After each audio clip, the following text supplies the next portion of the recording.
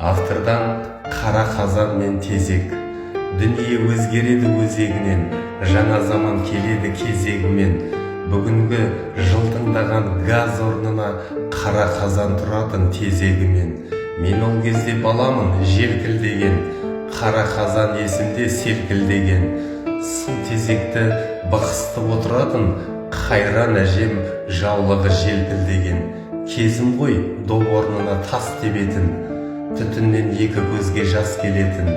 Мектептен білім алып жеткен кезде алдыма сол қазаннан ас келетін.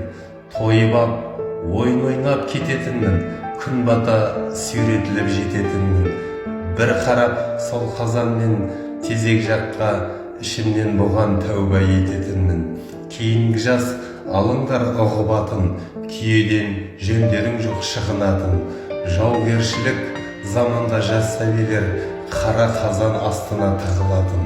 Бүгінде су тезек те терілмейді, әжем де бала шақ та берілмейді. Қара қазан көңілдің төрінде тұр, патша тағы болса да көрінмейлі. Қарайған қара қазан көрінбейді.